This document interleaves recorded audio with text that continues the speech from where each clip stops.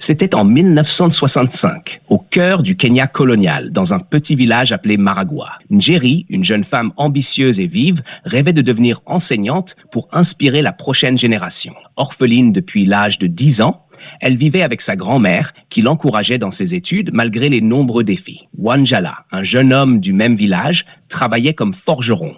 Il était connu pour sa force et sa générosité. Bien qu'il n'ait jamais eu l'opportunité d'aller à l'école, il avait une sagesse naturelle et une passion pour les histoires de son peuple, qu'il racontait souvent aux enfants du village. Leurs chemins se croisèrent lors d'une cérémonie traditionnelle où Njeri, impressionné par la connaissance de Wanjala des légendes ancestrales, engagea la conversation avec lui. Ils se retrouvèrent régulièrement, discutant de leurs rêves et de l'avenir de leur pays, alors que le Kenya s'approchait de son indépendance. Leur complicité se transforma rapidement en amour, malgré les obstacles sociaux et économiques. Lorsque l'indépendance du Kenya fut proclamée en 1963, Njeri et Wanjala décidèrent de se marier, croyant en un avenir meilleur pour eux et leur village. Ensemble, ils ouvrirent une petite école où Njeri enseignait et Wanjala partageait les histoires et les traditions de leur peuple. Leur union devint un symbole de la nouvelle ère de leur nation, unissant tradition et modernité, espoir et détermination. Leur amour, né dans une période de transition et de lutte pour l'identité nationale,